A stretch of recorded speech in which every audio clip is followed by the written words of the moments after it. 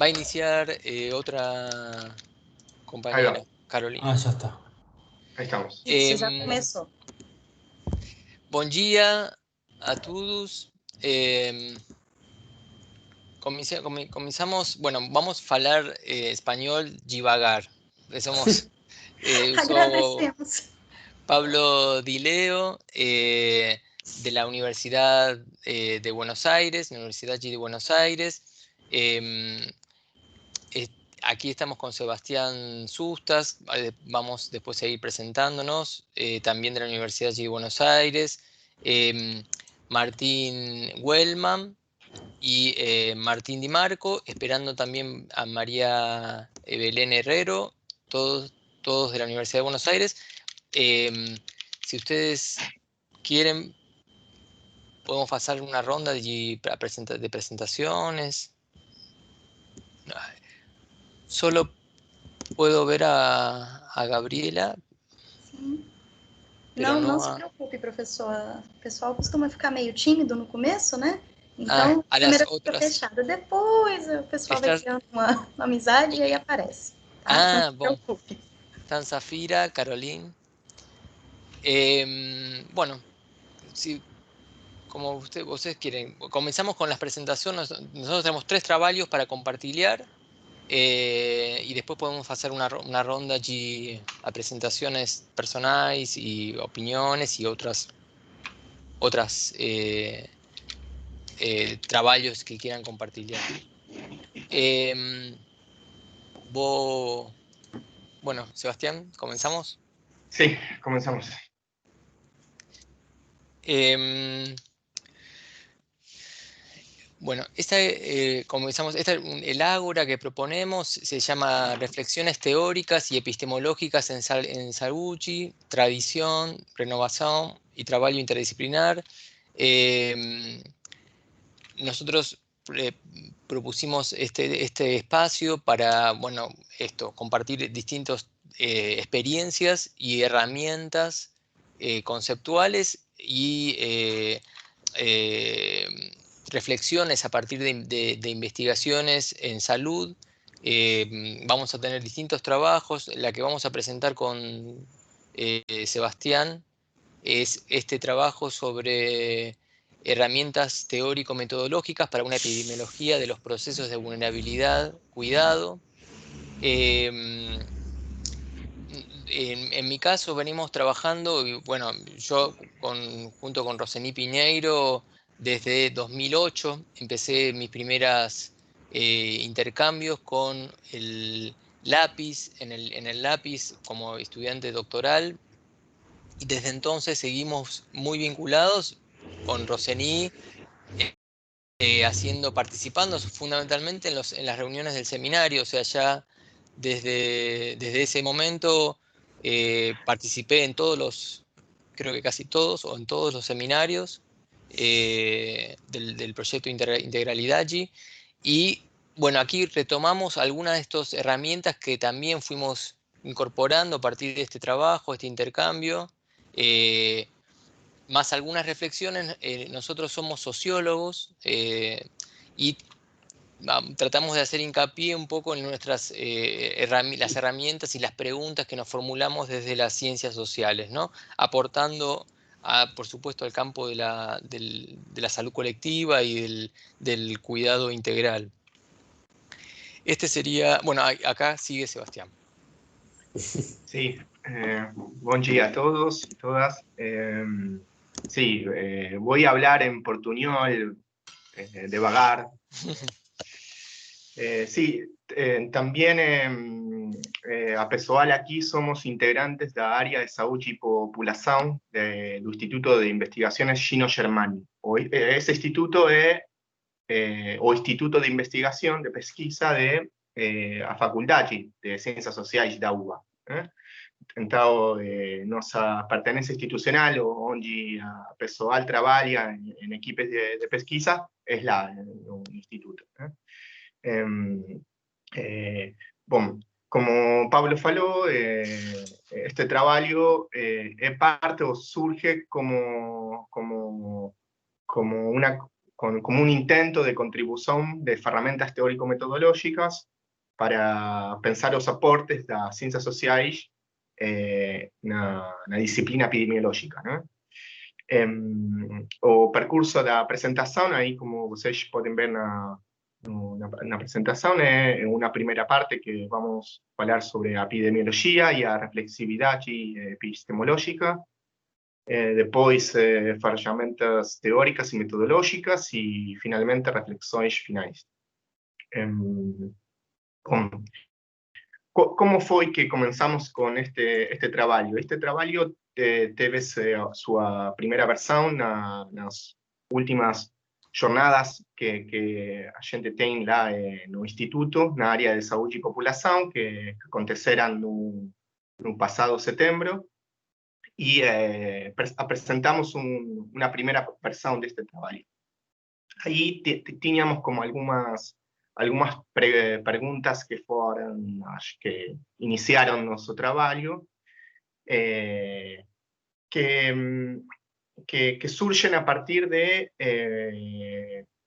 os aportes que tem a sociologia, teorias sociológicas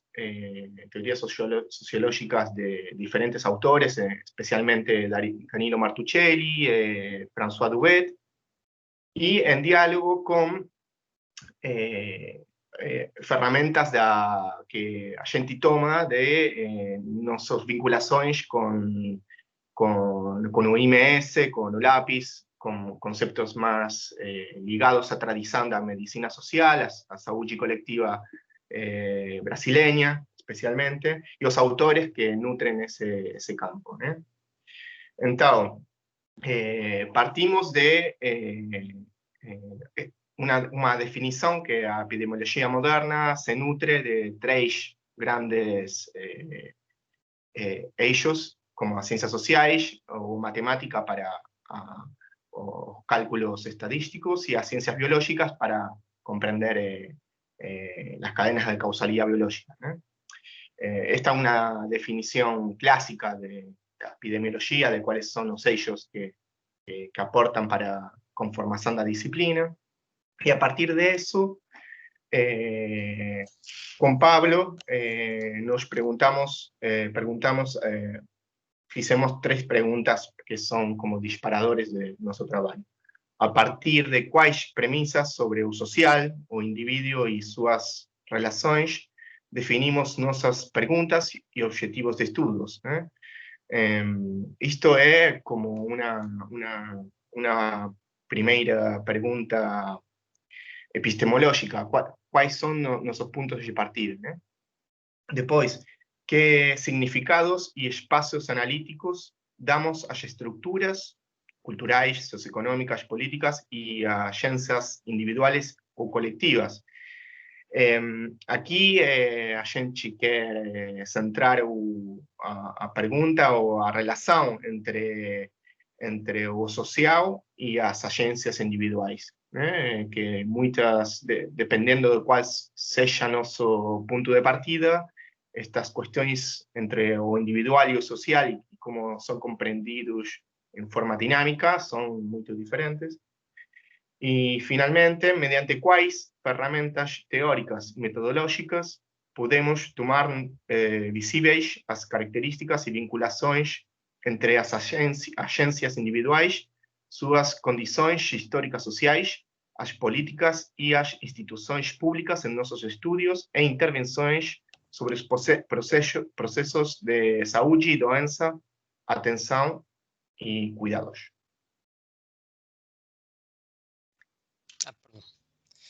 Sí.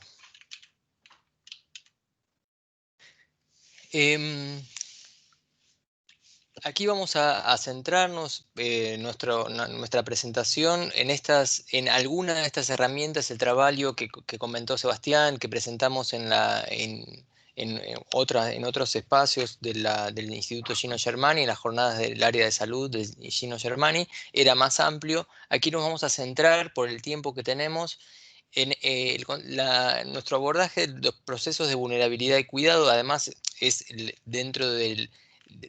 más centrado en las herramientas que fuimos incorporando, de hecho, muchas a partir de los seminarios y los libros, las coletáneas del seminario de integralidad, allí nos fuimos formando. Fundamentalmente, bueno, en torno a estos dos grandes conceptos, el concepto de vulnerabilidad allí, que es una herramienta muy productiva en el campo de la salud colectiva, para abordar los vínculos entre individuos, condiciones estructurales, intermundos sociales. El concepto de intermundos, aquí lo incorporamos, no está propiamente en otros trabajos como los que citamos aquí, de Ayres, Piper, Franza, bueno, y más históricamente de la medicina social francesa, de autores franceses, Delors y Hubert. No utilizan este concepto, nosotros lo incorporamos de Danilo Martuchelli, de las sociologías del individuo,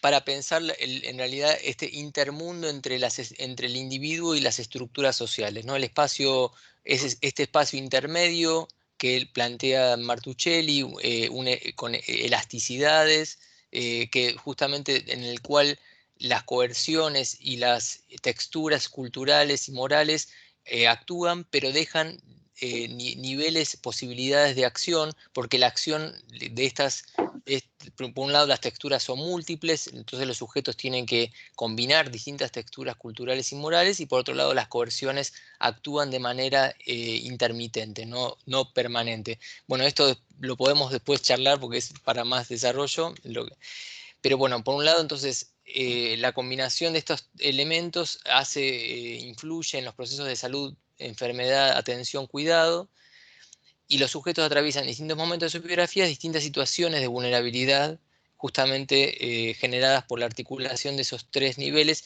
que en el nivel clásico, sobre todo de Ayres, Piper y Franza, la plantean como los niveles individual, social y programático. Esto ya lo deben conocer un poco más, está también trabajado por José Ayres, que participa bastante en los seminarios. El concepto de cuidado, por supuesto que ustedes conocen y trabajan mucho más en este espacio del seminario, es una herramienta también muy poderosa para trabajar estos vínculos entre prácticas, relaciones sociales, apoyos, instituciones y políticas que protegen a los individuos de diferentes situaciones de riesgo o formas de vulnerabilidad. En nuestros trabajos combinamos estos dos conceptos como dos fases analíticas del mismo proceso de vulnerabilidad-cuidado, vulnerabilidad y cuidado. Por eso nos proponemos repensar sus tres niveles y que, bueno, proponemos repensar esos tres niveles centrales que comentamos recién. A partir de esto, o sea, los resignificamos incorporando estas herramientas que ya les de las ciencias sociales. Estos serían los tres niveles, ¿no? Los procesos de vulnerabilidad y cuidado estarían conformes, primero que son como contracaras, siempre que se producen situaciones de vulnerabilidad también emergen formas de cuidado, ya sea desde los propios actores individuales y colectivos o desde las instituciones sociales.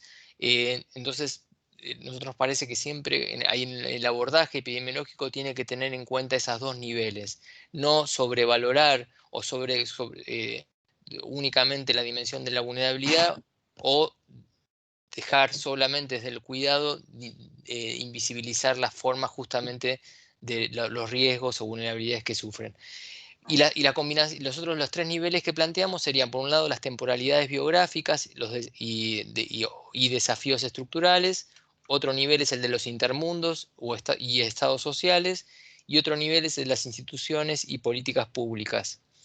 Que nosotros abordamos, que esto tampoco lo vamos a desarrollar mucho acá, desde distintas estrategias metodológicas, como relatos biográficos, entrevistas retrospectivas de casos, itinerarios terapéuticos. Estas son solo ejemplos de herramientas que usamos en nuestras investigaciones, en nuestras pesquisas, nuestros equipos, pero por supuesto no excluyen otros abordajes, incluso también abordajes más cuantitativos, metodologías cuantitativas.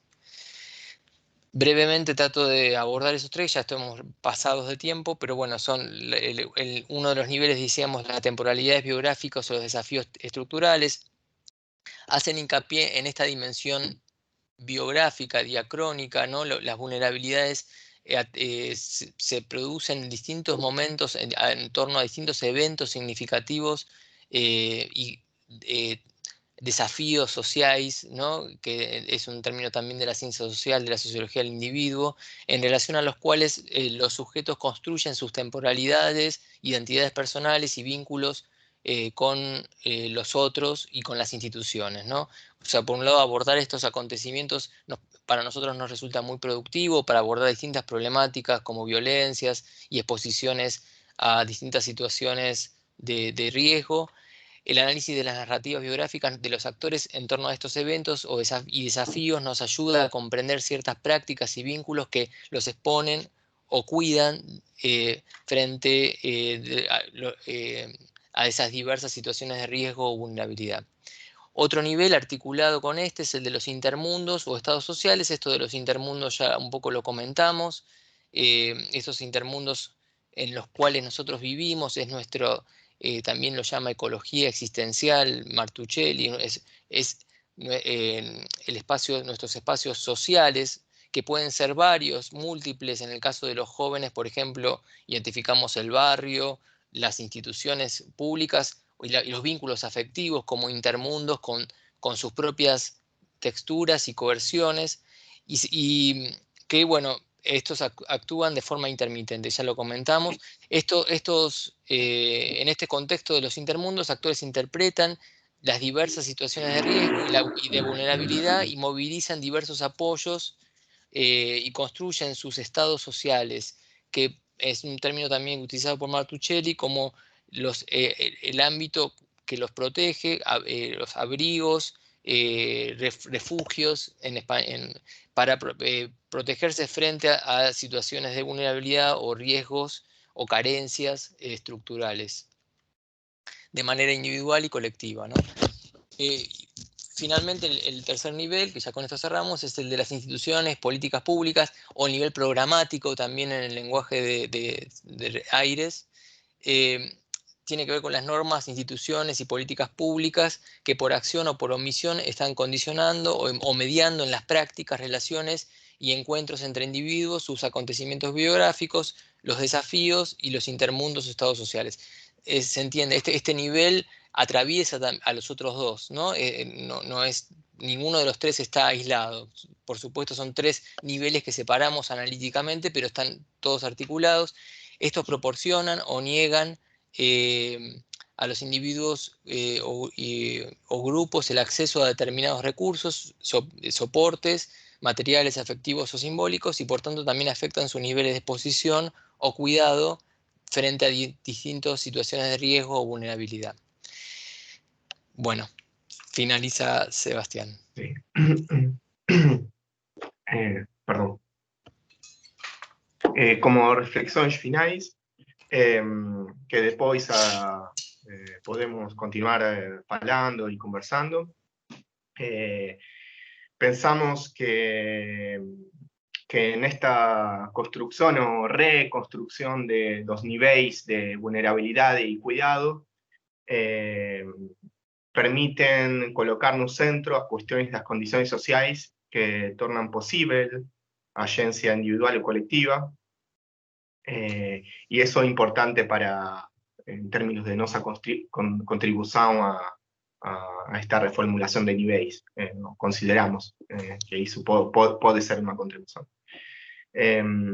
También a centralidad en la comprensión de los intermundos, prácticas, instituciones y políticas que hacen a mediación entre las condiciones estructurales y las vidas de los actores, y una configuración creciente y articulación singularizada de los estados sociales, procesos y prácticas de vulnerabilidad y cuidado. Bem, depois a pessoal tem mais tempo para falar, así que damos paso a nuestros compañeros. Obrigados. Finalizo.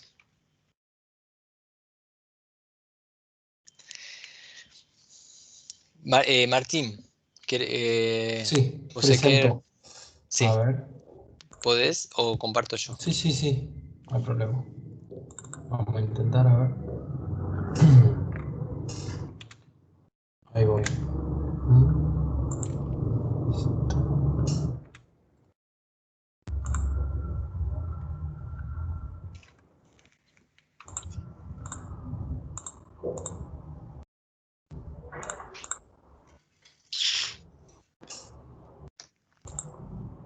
¿Ahí se ve? Sí. Pero Sí. no en modo presentación, ¿no? Todavía no. No. Ahí nada. ¿Ahí sí? Sí. Y ahí se ven las... No, se- solo la presentación. Ah, ok. No se ve los comentarios y eso. No. Ok, bárbaro. Bueno, bom dia, buenos días. Vou tentar falar português ou espanhol devagar. Muito obrigado a Pablo, a Sebastián pelo convite.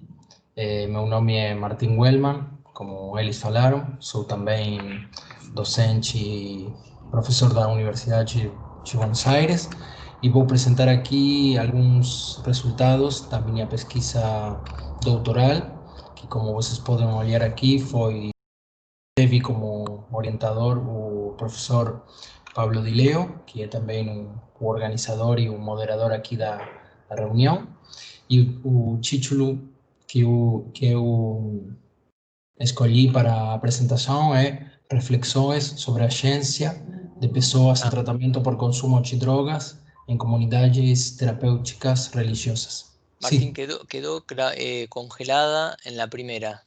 No sé si ya cambiaste. Cambié. Ah, entonces quizás pones ¿Ahí se fue? posición.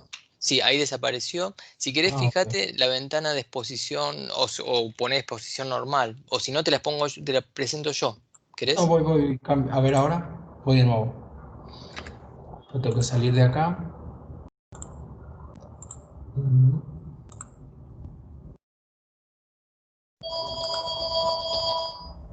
Ahora sí.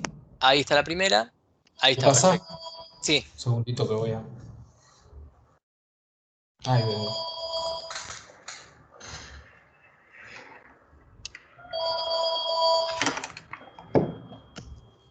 Teléfono histórico, con campanilla. Sí, bueno, a vida continúa. No medio da jornada, do congresso. Hay que ter Perdón. paciencia. Disculpa. Ahí vamos ahí se ve. Sí, Perdón, pasan cosas. La pasan vida cosas, doméstica. pasarán Sí, cosas, sí. pasaron cosas.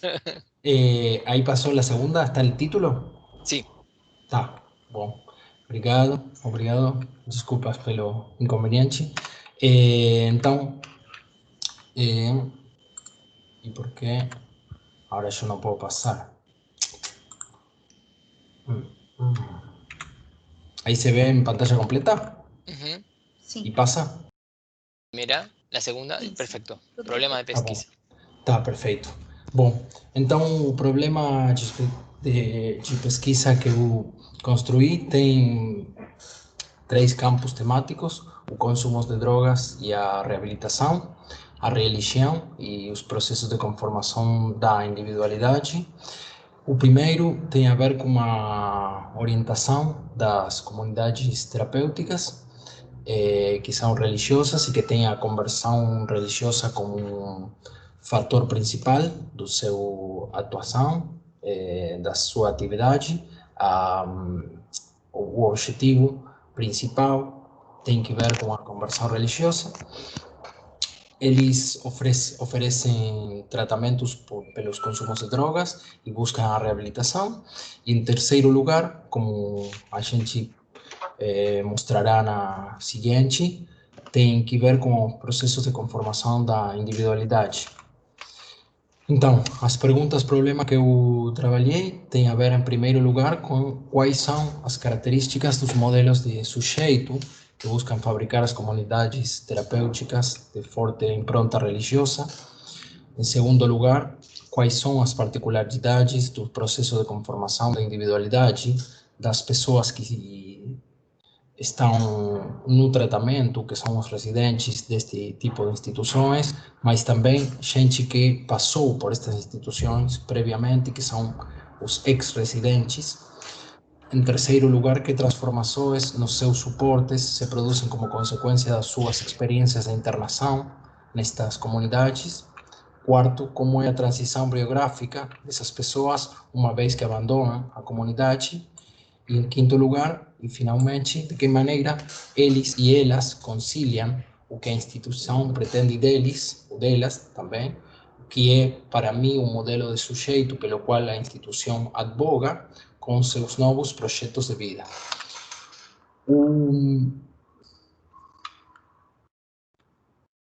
Aí se travou de novo. Aí está. Aí passou? Sim. O objetivo geral com que eu trabalhei tem a ver com a análise das vinculações entre os processos de conformação da individualidade, que é um tema que também Sebastián e Pablo têm bem trabalhado, que tem a ver com a maneira como a gente, como as pessoas conformam sua individualidade, fazendo frente às provas, aos desafios sociais que eles têm que enfrentar e fazendo uso também dos suportes com que eles contam como parte da sua ecologia existencial, recuperando o termo que Pablo utilizou.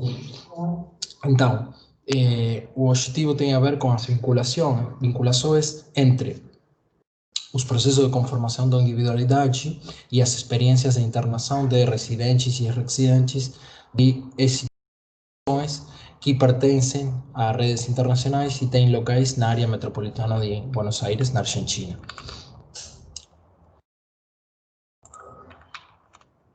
Em termos metodológicos, tratou-se de uma pesquisa qualitativa baseada fundamentalmente no método biográfico. Eu acho também, recuperando a proposta do Ágora, de Giágora, que o método biográfico tem potencialidades para permitir o análise de acontecimentos significativos das pessoas que têm a ver, entre outras coisas, com diferentes trajetórias ou percursos nas instituições de tratamento. Então é interessante ver como, através da entrevista biograficamente orientada, que é o que eu fiz com os ex-residentes, a gente conseguiu recuperar essas experiências da internação e poder reconstruir, de algum modo, os seus itinerários terapêuticos, que eu sei que é uma temática que a gente do Lápis trabalha bem e muito. Eu fiz entrevistas com diretivos, diretivas, responsáveis e residentes dessas instituições, entrevistas biograficamente orientadas com os ex-residentes. Com cada um deles e delas, eu construí um relato de vida. Eu também fiz observações participantes em diversas atividades institucionais e analisei também documentos feitos pelas instituições. A amostra foi não probabilística e os casos foram selecionados de maneira estratégica. E o análise, finalmente, foi de tipo temático. Bom, aqui brevemente para compreender melhor que tipo de instituições eu trabalhei. Trata-se de instituições que não somente são religiosas, sino que têm uma forte impronta religiosa, porque elas estruturam a rotina cotidiana a partir da religião, e também porque a conversão religiosa é o principal objetivo que eles perseguem, mas é um objetivo explícito. Não tem aqui uma ideia de as instituições enganando ou mentindo para os participantes, porque o objetivo religioso é permanentemente explicitado no tratamento. Tem também uma intensa vida comunitária, tem, em terceiro lugar, uma exigência de abstinência, que não tem a ver somente com as drogas ilegais, que é o mais habitual nesse tipo de instituições, ou também as bebidas alcoólicas, sino também com o tabaco e com os psicofármacos, incluso quando as pessoas têm uma prescrição médica pelo uso desse tipo de medicamentos. Quarto lugar, tem uma estrita rotina laboral, não tem profissionais da saúde, e isso tem a ver com a consideração de que, fundamentalmente, o problema de consumo de drogas é uma problemática que tem componentes espirituais, que tem a ver com a perda do sentido da vida, e não tem componentes biomédicos ou médicos ou psiquiátricos, desde a mirada das pessoas que organizam esse tipo de tratamentos. E são tratamentos muito prolongados, que podem durar até 3 anos, muito mais prolongados do que em outro tipo de instituições que também oferecem tratamento pelos consumos de drogas. Bom, o título da... Onde foi? Se me foi a apresentação. A ver. Vamos de nuevo. Acá está. Ahí se ve, ¿no? ¿Se ve bien aí? Sim. Bárbaro. Sí. O título tem a ver, da apresentação tem a ver com a ideia da agência. Então, o que eu tentei fazer é ver os diferenciais nos margens da ação, da atividade que tem as pessoas. Então, o que eu encontrei é que essas instituições procuram construir um modelo de sujeito que tem lineamentos e atributos bem claros, bem estabelecidos. O tratamento é o contexto em que tem lugar essa construção de um modelo de sujeito. Os participantes, os residentes, têm a obrigação de formular um novo projeto biográfico durante o tratamento, mas tem que fazer isso a partir das coordenadas ditadas pela própria comunidade. E o que faz permeável a aceitação do novo modelo de sujeito tem a ver fundamentalmente com a crise de identidade e com a ausência ou enfraquecimento dos marcos referenciais, que são consequência das situações críticas vivenciadas a partir do consumo problemático de drogas. Então, o que eu tentei analisar é permanentemente essa vinculação entre o que oferecem esse tipo de instituições e o que procuram em termos da construção do modelo de sujeito e as possibilidades de agência que têm essas pessoas, tanto durante o tratamento e durante as distintas etapas do tratamento, como uma vez que eles e elas abandonam a instituição. Então, trata-se de encarnar um modelo de sujeito. O que eu encontrei é que, durante o tratamento, as pessoas têm um escasso margem de reflexividade em relação às normas, pero não devemos interpretar isso como que eles e elas são idiotas sem juízo ou dopados culturais, para utilizar um termo de Harold Garfinkel.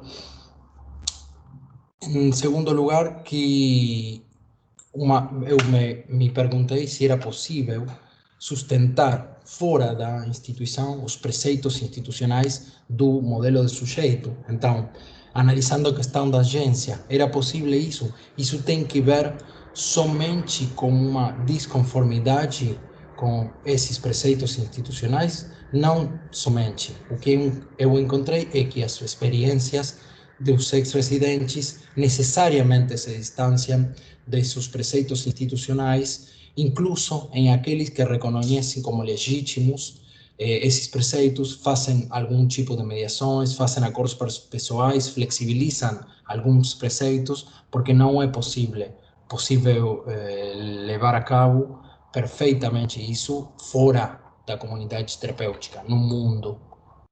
E terceiro, que as pessoas não são autômatos que fazem carne o modelo de sujeito, mas não são, também não, agentes sem sujeições nem consideração por aquilo que a comunidade terapêutica pretende deles ou delas.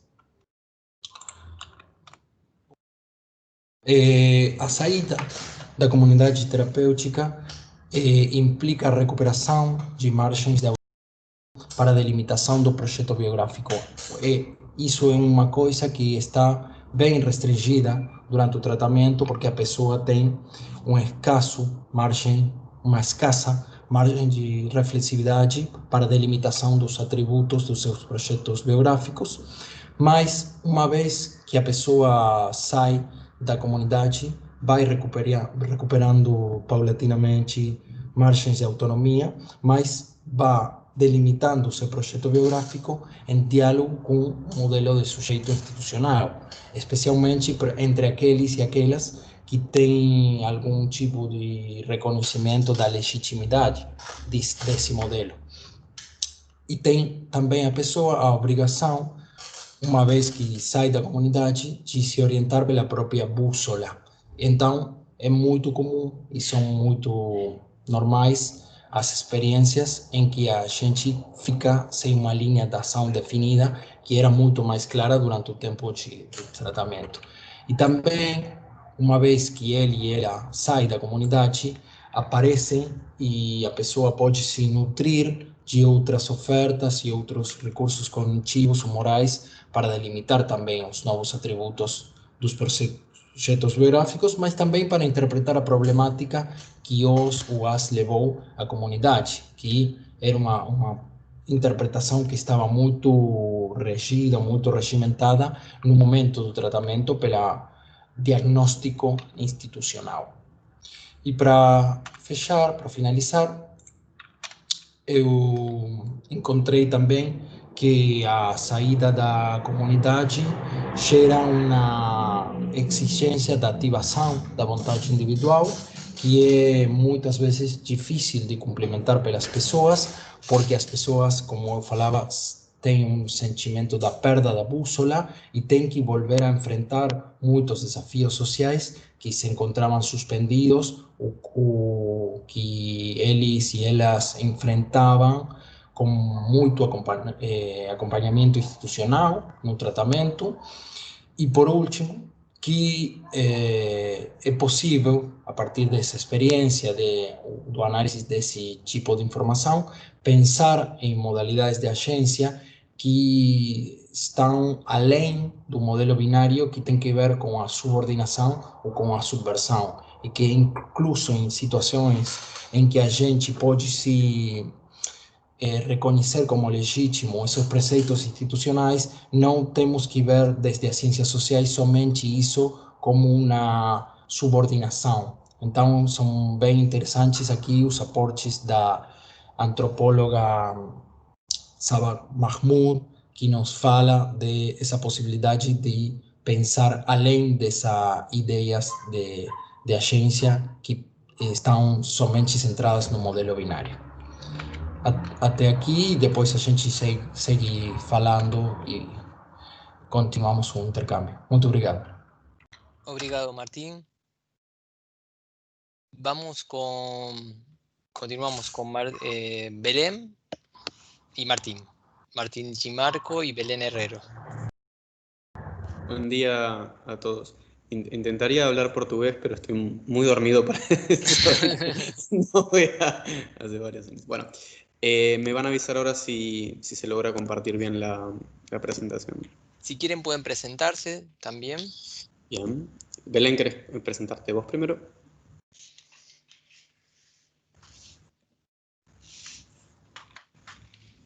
Eso lo tomo como un no. Bueno, mi nombre es Martín Di Marco, soy sociólogo, soy epidemiólogo, trabajo en el mismo instituto que los compañeros que se presentaron previamente y hablo rápido, así que si no se entiende o voy muy rápido, por favor avísenme porque hacemos. ¿Ahora sí me escuchan? No. Sí. Ahora sí te escuchamos. Tenía un problema con el sonido. Bueno, buenos días a todas. Mi nombre es Belén Herrero, soy investigadora del área de Relaciones Internacionales de la Facultad Latinoamericana de Ciencias Sociales. Bueno, muchas gracias a los organizadores, a las organizadoras. Gracias Pablo y Sebastián también por la invitación. Y bueno, y aquí me quedo, lo dejo a Martín. Bien. ¿Se está logrando ver la presentación? Sí, se ve Sí, perfecto. sí, pensamiento latinoamericano. Se ve la portada, sí. Genial. Bueno, la presentación que vamos a realizar es mixta de dos componentes. Por un lado, de varios proyectos de investigación que confluyen en algunos resultados que vamos a presentar ahora, y por otro lado, vamos a decir, una iniciativa más macro, que es PELSI, como una iniciativa que reúne diferentes proyectos, como les decía, de investigación y líneas de trabajo de los integrantes que somos nosotros 4. Bueno, a María Belén acaba de presentarse, yo estoy ahí también, y Marcela Velardo y Adriana Greco también integran el grupo. Es un grupo que comenzamos a trabajar hace 2 años en torno a el análisis histórico, conceptual y genealógico, un término muy, muy genérico, de la medicina social latinoamericana y la salud colectiva. Bueno, como el título es bastante autoexplicativo, el interés del grupo es conocer e historizar el pensamiento latinoamericano en salud y salud internacional. Nosotros tenemos tres objetivos generales en los diferentes proyectos que tenemos vigentes. Uno, que es la sistematización de las tradiciones de pensamiento crítico en salud, en 3 aspectos o en 3 dimensiones en particular, que tienen que ver con los núcleos político-conceptuales, los núcleos metodológicos y las limitaciones prácticas o teóricas. Otro objetivo es analizar el impacto de estas tradiciones intelectuales en la constitución, conformación de agendas de salud a nivel regional en América Latina. Y por último es analizar las contribuciones de estas tradiciones de pensamiento para poder pensar efectivamente una agenda internacional en salud con una perspectiva latinoamericana. Nuestra hipótesis, acá mencionamos una, que es que, en primer lugar, que es posible identificar tradiciones de pensamiento crítico que, como ustedes sabrán, existen ya con nombre y apellido y con referentes. Y estas tradiciones tuvieron algún tipo de influencia o impactaron en las agendas nacionales y regionales y en los intentos de cooperación regional en salud. En gran medida, esta hipótesis guía el trabajo para entender qué magnitud, qué alcance tienen estas estrategias o estas alianzas de cooperación en diferentes niveles en la región. Estoy yendo por ahí un poco rápido, pero bueno, los proyectos tienen una metodología cualitativa que tiene dos pilares principales. Uno de los pilares es la pata biográfica, que quizás es la contribución más interesante de este proyecto, porque en nuestro interés es, a partir de entrevistas biográficas, recabar información de los principales referentes regionales de la salud colectiva y la medicina social latinoamericana. Han existido experiencias previas, pero no sistemáticas y no con un fin aplicado a pensar cómo a partir de estas biografías podemos pensar hoy en día estrategias de cooperación o los resultados actuales que tenemos en temas de salud internacional. Las entrevistas que estamos utilizando son entrevistas, como les decía, biográficas, contienen en realidad una modalidad doble. Por un lado, un interés más estructurado, más guiado, por lo cual usamos entrevistas en ese caso semiestructuradas, porque ya conocemos algunas líneas que queremos indagar y queremos comparar en las biografías de estos referentes. Ahora voy a mencionar algunos de ellos. Y por otro lado, un interés un poco más abierto, un poco más narrativo, para entender los clivajes personales, los procesos a nivel individual que transcurrieron o que hicieron esos pasos biográficos y que hacen a las particularidades de cada uno de los sujetos y cada una de las realidades nacionales, porque estamos haciendo entrevistas, obviamente, a actores de diferentes contextos nacionales. La segunda parte del proyecto tiene una metodología bibliográfica por la cual estamos sistematizando las tradiciones de pensamiento a partir de los corpus de bibliografía que se han producido. Y ahí estamos utilizando la bibliografía que es muy heterogénea, porque no solamente es bibliografía académica, que ahora veremos un poco por qué hay un foco tan fuerte desde la producción académica, sino también documentos que se han producido desde perspectivas programáticas e institucionales, por ejemplo, los que se han materializado en organismos como la UNASUR o otros organismos regionales o estrategias de cooperación. Por el momento, el proyecto está en curso. Claramente la pandemia puso un coto al desarrollo del trabajo de campo de este año. Nosotros hasta ahora hemos hecho algunas de las entrevistas, que acá están algunos de los entrevistados. A diferencia de otros estudios biográficos, acá el carácter central de los actores, obviamente un poco imposible la anonimización. Y nuestra idea, también como un producto parcial, es que estas entrevistas sean entrevistas que queden como un repositorio público. Por lo cual también estamos diseñando una página web para que las entrevistas biográficas políticas, queden a disposición de otras personas interesadas.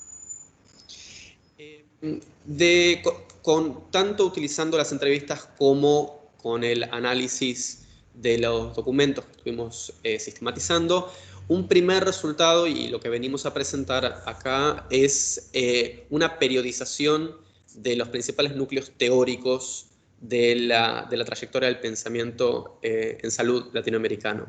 Acá, en particular, refuerzo que es una genealogía o una trayectoria del pensamiento por ahí más teórico y no haciendo tanto énfasis en la dimensión metodológica que tuvo la medicina social latinoamericana o la salud colectiva, como fue comentado en la presentación, las dos presentaciones previas.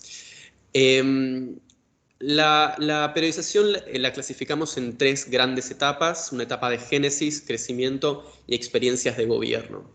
La etapa de génesis, propiamente dicha, tiene un núcleo mucho más fuerte dentro de la academia, con personajes pioneros como Juan César García, María Isabel Rodríguez o Miguel Márquez, y muy vinculada con la red que se construyó de la Organización Panamericana de la Salud entre la década del 60 y la década del 80.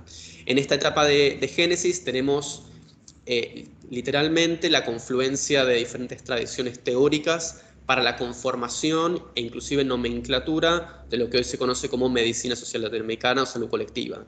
Y ahí tenemos referencias como la teoría marxista o varias teorías locales que fueron ayornándose para poder conformar estos núcleos teóricos.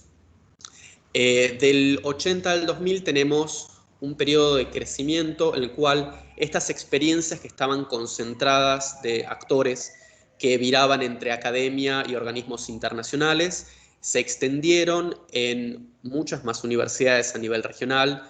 En Brasil el caso ejemplar es la Fiocruz. En diferentes movimientos de trabajadores de la salud y movimientos sociales. Y también en este periodo de crecimiento tenemos la materialización de algunos organismos que, en el caso de, por ejemplo, en el caso de Brasil es Fiocruz, pero a nivel regional es la fundación de Alames en el 84, que va dando cuerpo a la conformación la conformación y legitimación dentro de la región de la medicina social. A partir del 2000 tenemos un tercer periodo en el cual lo que se ve son las experiencias de gobiernos o de estos actores que inicialmente estaban participando en la primera etapa, durante las primeras décadas de la medicina social, o de posteriores actores, formados por ellos o no, que adquieren o detentan cargos de gobierno en los diferentes países. Esta sería la etapa en la cual en gran medida se pone en práctica de forma ayornada y con los condicionamientos políticos en cada uno de los países la medicina social en tanto corriente teórica. Nosotros ahora estamos siguiendo con este análisis, y nuestra idea es esta misma periodización, ampliarla para también conocer cómo fueron las ramificaciones metodológicas que la medicina social o el pensamiento en general, el pensamiento social en salud, tuvo en la región, que lo vuelve algo característico podríamos decir casi intransferible a otras regiones del mundo, en las cuales no han existido paralelismos que confluyeran pensamiento social, pensamiento socioantropológico, perspectivas críticas como el marxismo y profesionales o perspectivas más biomédicas para la comprensión de la salud o enfermedad. Muchas gracias. Dejo más tiempo para que se pueda hacer un espacio de preguntas un poco más amplio sobre el proyecto. Obrigado, muito obrigados, Martín y Belén. Bom, Gabriela, como você propone, podemos hacer a continuidade? Uma roda de apresentações ou de perguntas, comentários? Professor, eu acho que seria interessante abrir o espaço para comentários e perguntas, né? Perfeito.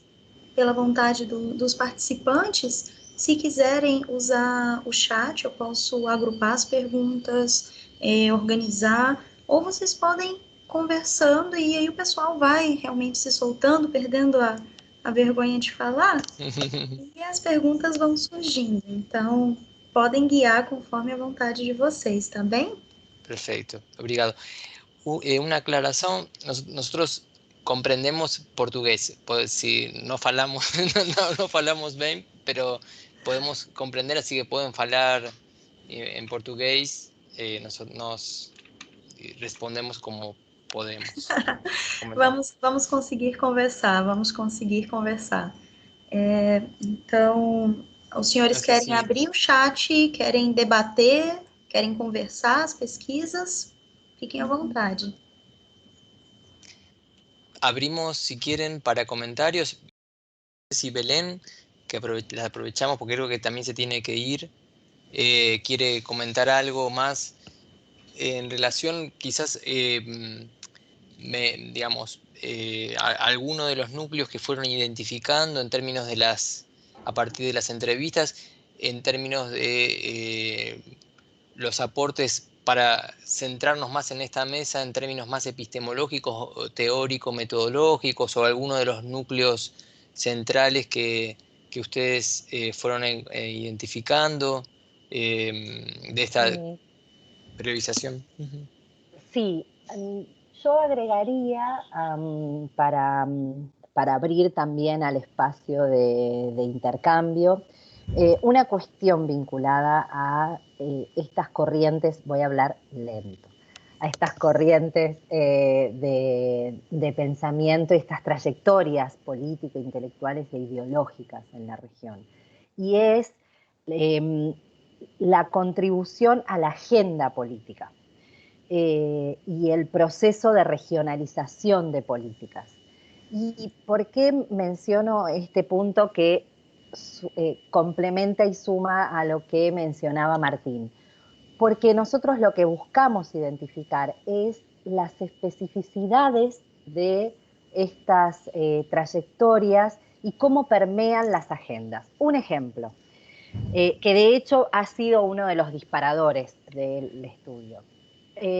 Martín había mencionado el caso de UNASUR, el bloque de integración que congrega a 12 países de América del Sur, congregaba a 12 países de América del Sur. UNASUR tenía una agenda muy innovadora en materia de salud, ¿sí? Si uno ve la agenda de lo que era el Consejo de Salud, planteaba un enfoque y una mirada alternativa e incluso contrahegemónica de cómo pensar la salud. La agenda de UNASUR, que además era el consejo más dinámico que tenía el bloque, UNASUR estaba estructurado en varios consejos: defensa, salud, educación, los primeros que se conformaron fueron defensa y educación. Y esto también es interesante, porque salud pudo conformarse como tal en UNASUR, creemos nosotros, por la trayectoria que tiene el campo de la salud en la región. Entonces hizo que rápidamente pudiera conformarse. El Consejo de Defensa, que fue también el que se conformó al inicio, era una cuestión más geopolítica, era una cuestión estratégica que necesitaba la región. Salud vino a acompañar a ese consejo que se estaba formando, era la necesidad de formar el Consejo de Defensa. Entonces, el primer punto es la trayectoria que tiene el campo de la salud en la región hizo que rápidamente pueda conformarse un consejo de salud de estas características en un bloque político, como fue UNASUR. Y el segundo punto es la agenda que conformó el Consejo Político, vinculada a los determinantes sociales de la salud, a los sistemas universales de la salud, a la vigilancia epidemiológica entendida como escudo epidemiológico. Entonces, acá podemos ver, si hablamos de determinantes sociales, de sistemas universales, enfoques muy distintos a los que tiene la agenda más hegemónica de la salud, que piensa en torno a enfermedades específicas. Y cuando uno ve quiénes estaban por detrás del Consejo de Salud en UNASUR, había muchos referentes de estas comportamientos, de la medicina social latinoamericana y de la salud colectiva, que en ese momento en la región, en el giro político que hace América Latina y en particular América del Sur, muchos de estos referentes de la medicina social y de la salud colectiva pasaron a ocupar espacios políticos. Y a través de estos espacios políticos lograron llevar enfoques y miradas de estas corrientes a la agenda política. Entonces, este puente entre las corrientes intelectuales, las trayectorias de pensamiento y cómo contribuyen a conformar agendas políticas es interesante para discutir, creo yo, en estos espacios, porque es cómo podemos mover agendas alternativas. De hecho, UNASUR, y aprovechando que estamos en un evento con los compañeros y las compañeras de Brasil, UNASUR levanta el posicionamiento de los sistemas universales de salud. Y Brasil fue uno de los países que promovió el Consejo de Salud por su fuerte política en el campo de la salud. Y UNASUR discutía la cobertura universal de la salud, que era la de la agenda más hegemónica, y se posiciona por los sistemas universales de salud más vinculado al SUS, al Sistema Único de Salud de Brasil. Y esa es la agenda que empieza a discutir en la OPS, en la OMS, y la región se posiciona en ese enfoque. Fantástico. Espero que se entienda. Genial. Y bueno, aprovecho también en este caso el contexto de este seminario, es el seminario, digamos, que celebra los 20 años justamente de los seminarios del proyecto Integralidad allí, justamente porque coincide con esta periodización que ustedes hicieron de la tercera etapa, ¿no? De hecho, yo, digamos, un poco comencé a vincularme con trabajar con Rosení y Piñeiro desde 2008, pero ya venían, por supuesto, desde el 2000 al menos, desarrollando estos seminarios que estuvieron muy articulados con la etapa de los gobiernos populares, digamos, ¿no? Desde Lula en adelante, que colocó a la medicina social y además recuperó de este principio de la integralidad en salud que está en la Constitución de Brasil de 1988, lo colocó en el centro de las políticas de salud, y que, como planteaba Belén, esa articulación entre corrientes teóricas que venían conformándose desde la década del 60, digamos, con nuevas herramientas y corrientes interdisciplinarias, y decisiones políticas, digamos, a nivel internacional, de salud internacional y a nivel nacional, especialmente en Brasil, logró, digamos, potenciar espacios como Lápiz y como estos seminarios que tenían una gran potencia de generadora de institución, digamos, ¿no? Generadora de políticas y de programas y de justamente de instituciones que, intervenciones que digamos, creen este concepto de cuidado integral, ¿no? Que era también una gran construcción, me parece, una de las más creativas, digamos, de la medicina social de estos últimos años, ¿no? Y donde confluyen muchas corrientes teóricas, donde confluyen disciplinas diversas e intervenciones diversas, ¿no? Políticas, organizaciones, especialmente en torno al SUS. Pero bueno, esto me parecía como que está muy interesante poder vincularlo porque además estamos celebrando estos 20 años. Sí, hay intervenciones. Preguntas por el chat. Sí. Gabriela proponía. Sí, pueden mandar por el chat o levantar la mano o intervenir directamente, micrófono aberto. Professores, eu tenho uma pergunta, apesar da barreira do idioma, né? Eu quero parabenizar a todos pela apresentação dos trabalhos, é de uma riqueza valorosa, é muito importante. Eu sou enfermeira e neste momento sou residente em formação na Fiocruz em gestão de políticas públicas. Então eu sou aluna, sou uma enfermeira e aluna, assim como vocês. E eu queria parabenizar pela apresentação do trabalho e queria trazer uma indagação. Os senhores falaram das particularidades do ser humano, de um ser biológico, de um ser psíquico, de um ser social, que está inserido em um conceito de saúde, e também falaram da saúde, das políticas no contexto da América Latina.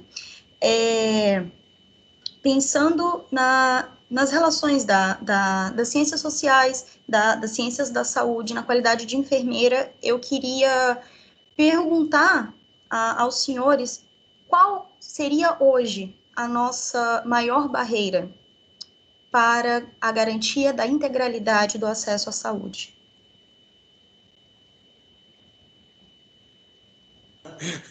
¿Quién responde eso?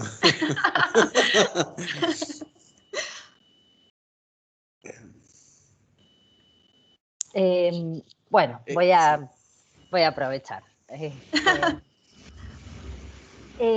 Creo que sería, es complejo. Y sí. Entonces voy a empezar por el enfoque que podríamos tomar para pensar este problema. El primero es pensar el acceso a los servicios en tanto proceso, ¿sí? ¿Por qué digo esto? Porque entonces si uno lo piensa como proceso, no como fin en sí mismo, entonces se incorpora una mirada más amplia de distintos, podríamos llamar, determinantes, que intervienen en la posibilidad que una persona acceda o no solo a los servicios de salud en tanto atención, sino a lo que es el sistema sanitario, ¿sí? Ese sería el primer punto. Entonces, ahí creo que tiene que ver con si uno incorpora esta perspectiva más amplia y más compleja y más multidimensional, ya que estamos hablando también de estas interdisciplinas y de estos. Entonces yo creo que tiene que ver, bueno, en la raíz con las inequidades y las desigualdades sociales. Eso es lo que está en la raíz de la distribución tan desigual del acceso a los sistemas sanitarios.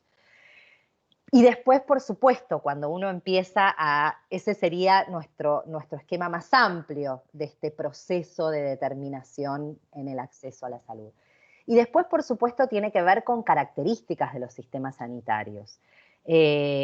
Cuán organizados están en torno a distintos niveles de atención, la capacidad de descentralizar esos niveles.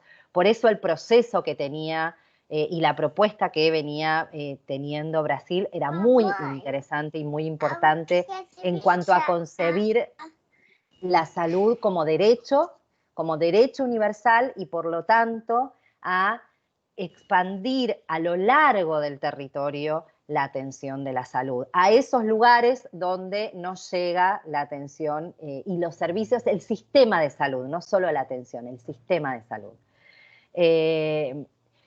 Y después, el otro punto creo que tiene que ver con, esa es una cuestión de políticas, de gestión, ¿sí?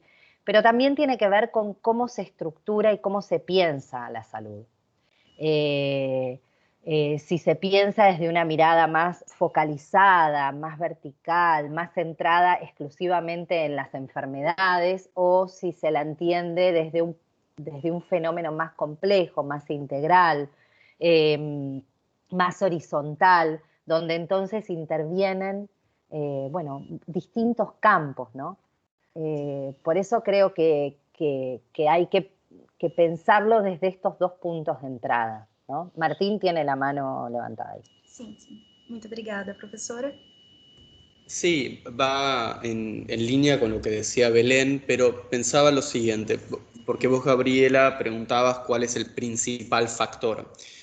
Y claramente voy a decir algo que es de la década del 80, ¿no? No hay un factor preponderante, como ya lo sabemos, pero por ahí lo interesante pensar de forma anclada en las realidades locales o nacionales o temáticas, dependiendo de qué sea, es pensar justamente cuáles son las líneas usuales más biomédicas en las cuales se piensa ese tema. Porque ahí uno ve cuáles son las perspectivas científicas o políticas que orientan la mirada de la mayor parte de los profesionales. Doy un ejemplo concreto que me parece que sirve. Yo estuve trabajando con temas de violencia obstétrica y salud reproductiva. ¿Cuáles son las principales, en ese caso, formas en las que se mira el problema de la accesibilidad o del derecho de las mujeres? Y el prisma, haciendo una revisión, la principal variable, la principal dimensión que se utiliza es el tema de la información, que sigue siendo un tema muy recurrente en salud, pensar si los pacientes, con ese prisma, tienen o no, cuentan o no con información, como si eso fuese una variable decisiva para el acceso a o para la disputa de derechos dentro de un consultorio en el caso de la violencia obstétrica. Pero por ahí lo interesante es pensar justamente, además de pensar los niveles y obviamente la base material de los actores, también pensar hacia dónde se mira habitualmente cuando se piensa problemas de acceso. ¿Qué piensan los ministerios? ¿Qué piensa la academia? Porque la medicina social, la medicina social en toda su complejidad, es contrahegemónica. Es lucha contra otra forma de ver la salud. Y lo que tenemos que reconocer es cómo esas otras tendencias miran la salud, porque justamente tienen un peso muy importante en dictaminar temas de acceso, temas de derechos, temas de vulnerabilidad. Hay muchos huecos en eso. Por ejemplo, no considerar el conocimiento e información de los actores y pacientes, sino cómo son sus relatos, cómo viven las cosas, cómo entienden las cosas. Entonces, un tema de acceso no se restringe a el profesional o la base material, sino también cómo los usuarios crean mitologías en torno a. El tema de la violencia obstétrica es muy claro, se crean mitologías en torno a la atención de un obstetra o de un ginecólogo. Entonces, bueno, ahí vemos que son unas realidades muy complejas que por ahí una cosa metodológica o teórica interesante es ver cuáles son las tendencias en las cuales se mira y justamente cortar por esos lados.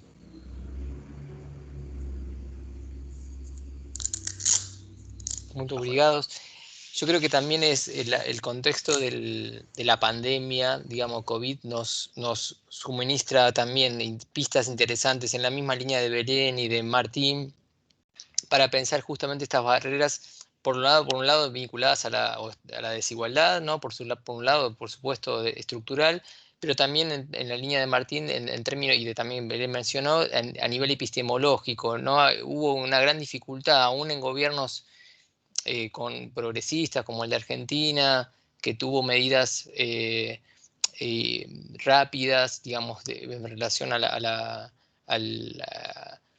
medidas de ASPO, aislamiento social preventivo, no pude incorporar en estos espacios, por ejemplo, de asesores, en términos quizás relevantes de decisión, a las ciencias sociales, ¿no? Uno de los temas que surgió bastante en los debates entre investigadores y distintas especialistas en salud, de medicina social, salud colectiva, fue como, bueno, la poca permeabilidad en las decisiones sobre el aislamiento, sobre el distanciamiento que tuvieron las ciencias sociales, y que eso en gran medida puede explicar distintas cuestiones vinculadas a los efectos, a los logros o fracasos que tuvo, sobre todo, o las dificultades que tuvo la política de prevención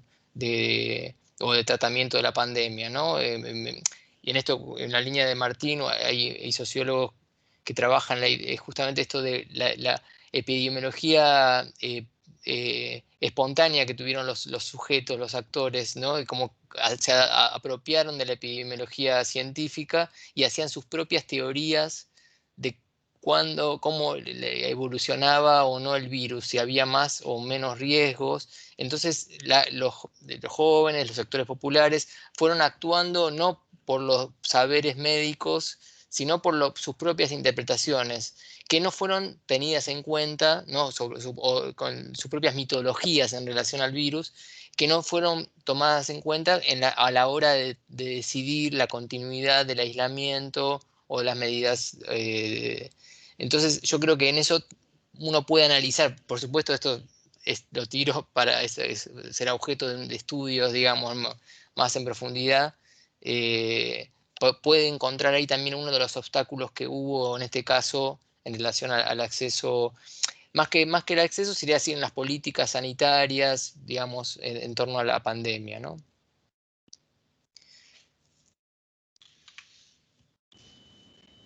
Professores, muito obrigada pelo debate, é gratificante escutá-los. Essa nova forma de diálogo científico, nós aprendemos com essa pandemia uma nova forma de ensinar, uma nova forma de aprender, uma nova forma de escutar.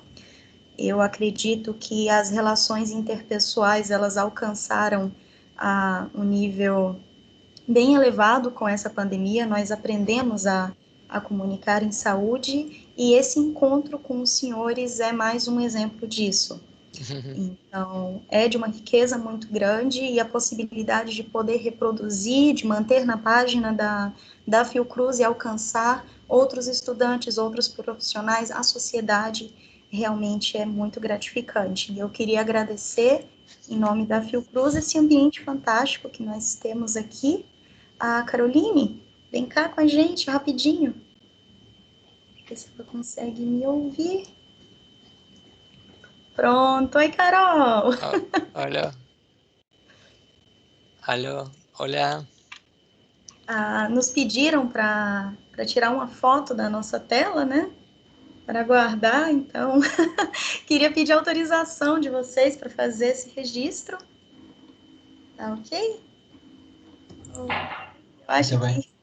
Eu acho que consegui. No mais, eu gostaria de agradecer em nome da Fiocruz esse ambiente que nós tivemos. Se os senhores quiserem falar, estamos aqui atentas e absorvendo como esponjas todo o conhecimento debatido hoje. Então, fiquem à vontade, a casa é de vocês. Tá. Obrigado, muito obrigado, Gabriela. Vocês estão onde? No Rio? Não, eu estou em Aracaju, Sergipe. Eu estou em Brasília. Tá bom.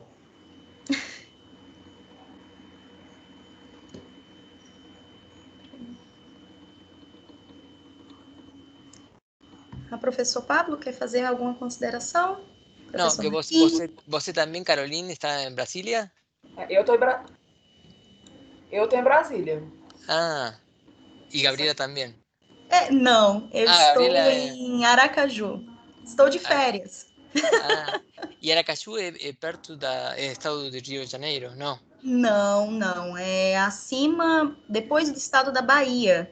Ah, É no Nordeste. Nordeste. Isso. que bom. Bem longe. Muito longe, muito Longe. quente. Também. Eu também quero aproveitar para agradecer a Roseni Piñeiro, nuestra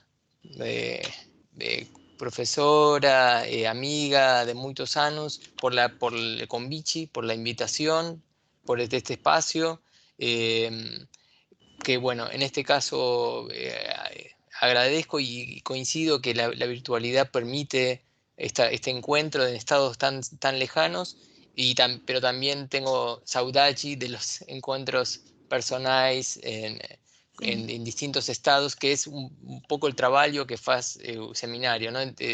Es itinerante y en distintos estados de Brasil. Y bueno, espero que también podamos volver a encontrarnos personalmente en próximos seminarios y encuentros. Bueno, si no hay Nada. más preguntas o comentarios, ¿quieren, Gabriela? Cerramos. Podemos encerrar, professor. Professores, fiquem à vontade. Mais uma vez, muito obrigada por esse momento. Muito obrigada pelo debate. Fica o meu agradecimento. Sebastián tuvo que irse y mandó saludos. Y bueno, muy obrigado. Muito obrigado, Pablo, los organizadores, sus compañeros, y a Roseni también, a Gabriel, a Carolina. Muy obrigado, Gabriela. Fantástico, a Carolina también. Y bueno, abrazos. Martín, Belén. Obrigado. Chao, chao. Chao. Chao.